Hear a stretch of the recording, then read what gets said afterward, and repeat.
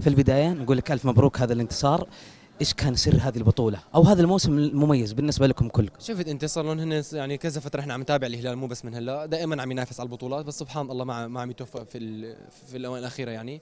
الحمد لله هي السنه قدرنا نتوفق وقدرنا ناخذ بطوله الدوري، وهي اللي اعطتنا نفس انه ناخذ الكاس. حظك أنك كنت موجودة. ايه اكيد، اذا بدك بطولات العب مع الهلال يعني اذا بدك تاخذ بطولات لازم تلعب مع الهلال. والموسم الجاي احنا شفنا ان شاء الله خير يعني، خير بما يختار الله، بنتمنى ان شاء الله. عمر إيش يبغى. انا ابغى الهلال ان شاء الله، بس ما بتعرف يعني الظفره هو البطاقه بايده، وهو اللي بيقرر الصراحه، وقلت لك هي اسمه نصيب يعني اخر وين الله بيختار لي انا رضيان. دائما أي بطولة يكون في كلمة سر، كلمة سر في البطولة هذه. الجمهور والله صراحه اللي عم يأزر الفريق من اول، او من يمكن من اول الدوري لهلا دائما معنا وين ما رحنا.